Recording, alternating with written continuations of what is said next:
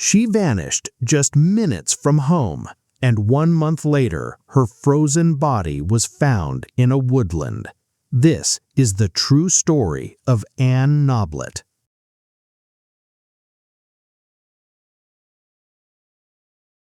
Some crimes begin with a sound, a scream, a gunshot, a door slamming in the night. Others begin so quietly that nobody realizes a life has just changed forever. A bus pulls away from a country road. A teenage girl turns toward home. The distance ahead is measured not in miles, but in minutes. Then, somewhere between the bus stop and her front door, she vanishes. On Monday, December 30th, 1957, 17-year-old Anne Noblett was returning to Marshall's Heath in Hertfordshire, England.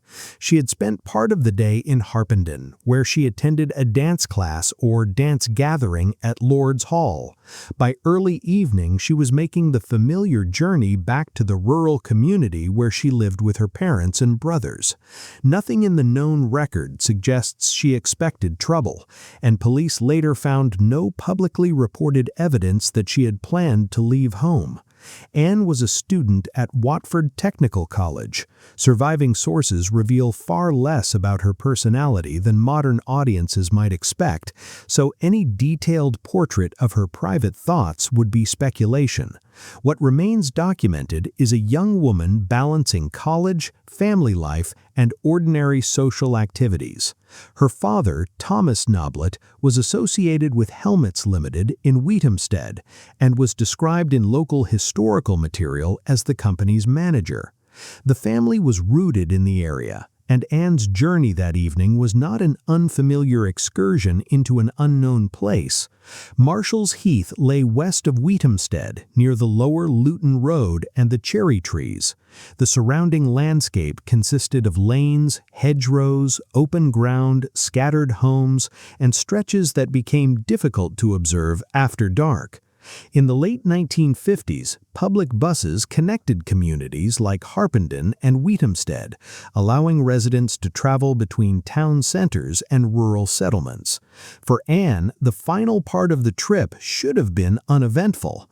Instead, it became the narrow gap in the historical record where every answer disappears.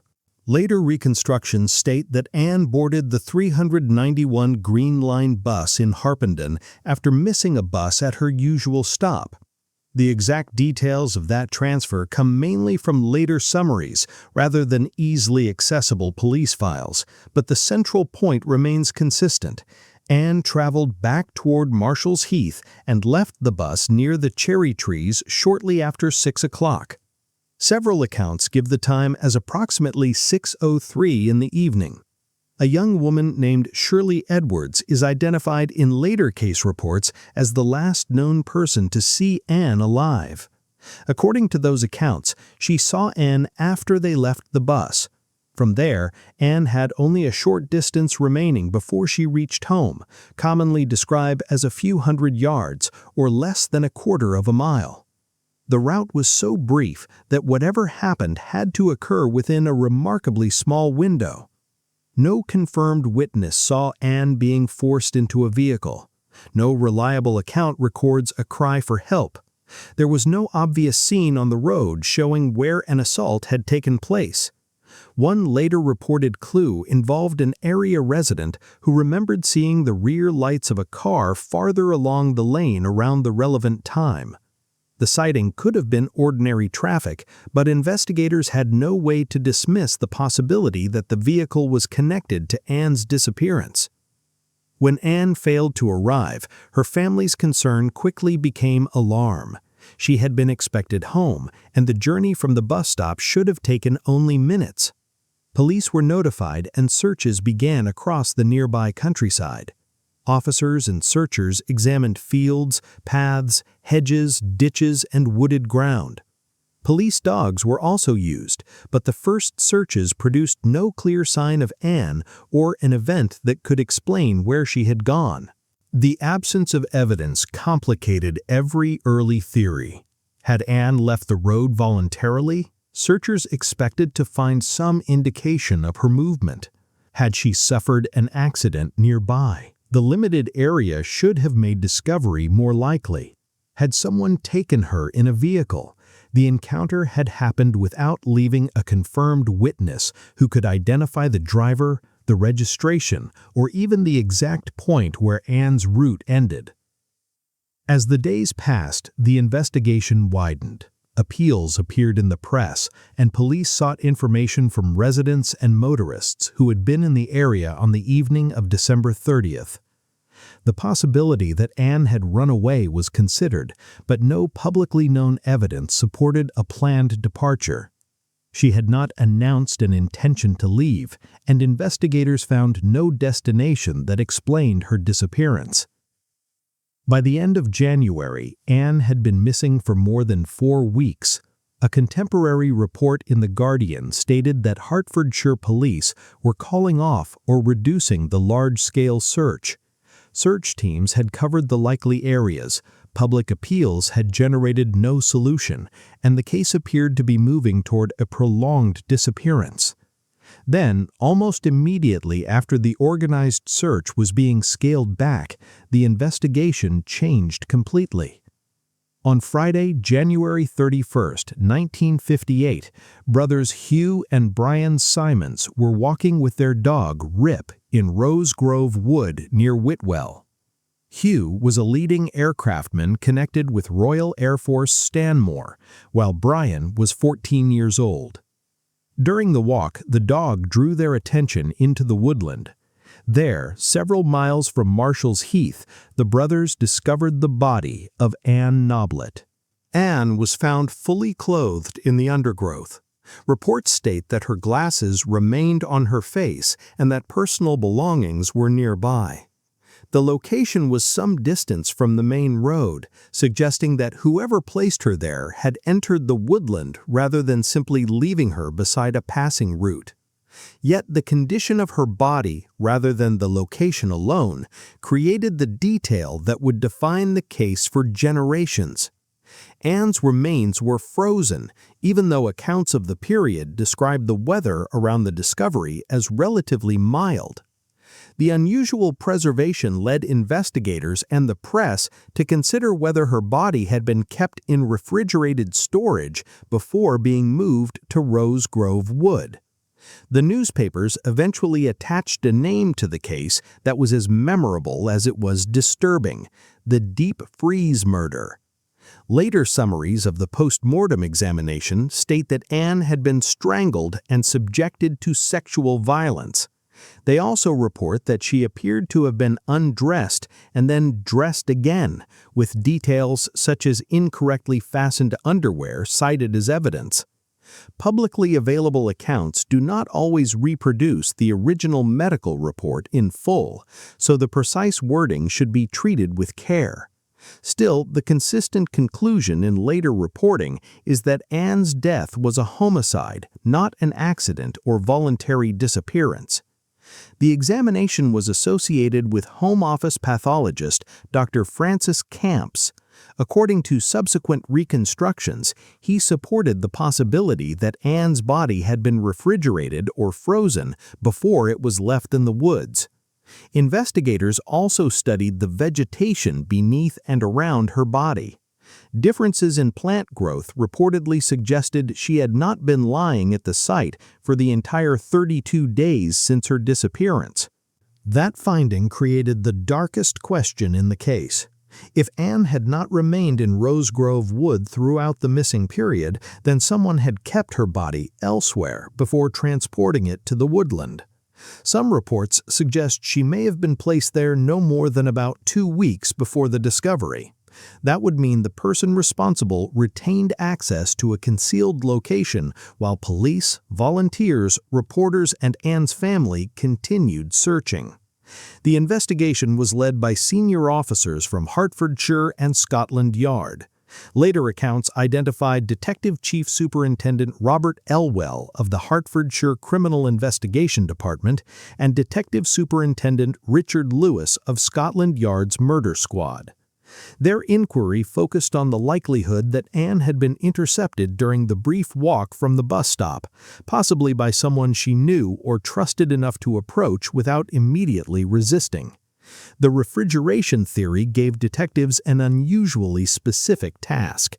In 1957, a freezer large enough to contain a human body was far less common in a private home than it would become in later decades. Police therefore examined commercial refrigeration sites, farms, factories, storage facilities, and outbuildings.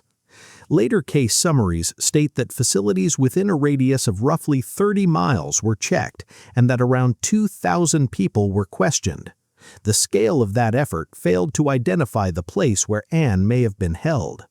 No freezer was publicly linked to her through decisive physical evidence.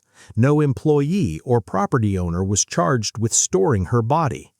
The theory generated a vast field of possible locations, but the passage of time between the disappearance and the discovery gave the offender an opportunity to clean, move, or destroy evidence before police understood what they were looking for. Investigators also had to consider whether the refrigeration theory was entirely correct.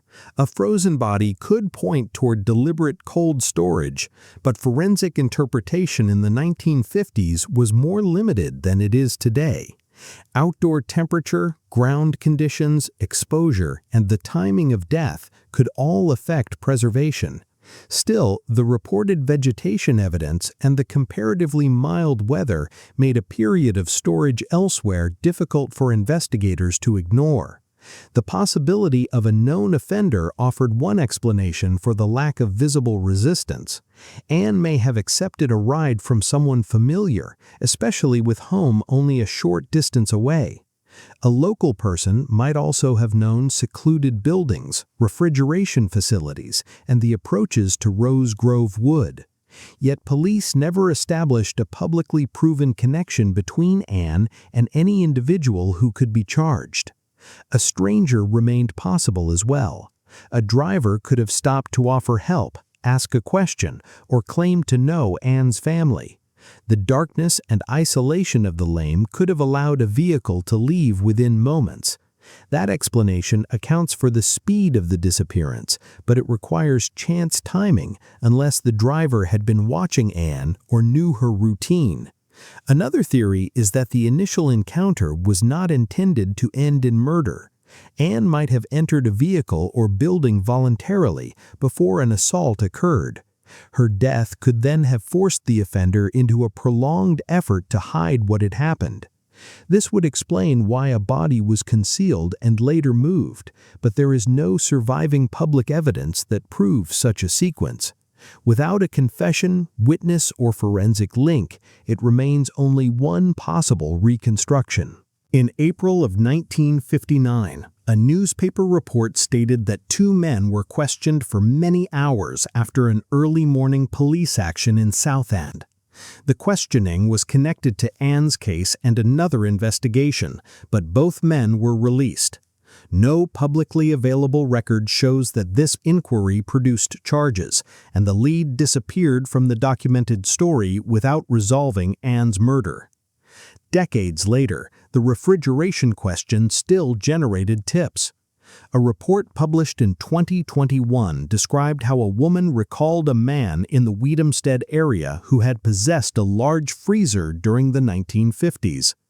Police historians passed the information to cold case investigators, but the person had reportedly already been considered and eliminated. The tip showed how strongly the case remained embedded in local memory, even though memory alone could not replace evidence. Hertfordshire detectives renewed their public appeal in December of 2017, marking 60 years since Anne vanished. They asked anyone with information to speak, including people who may have remained silent because of fear, loyalty, or uncertainty. Reports connected with the review indicated that little or no usable physical evidence remained for modern testing.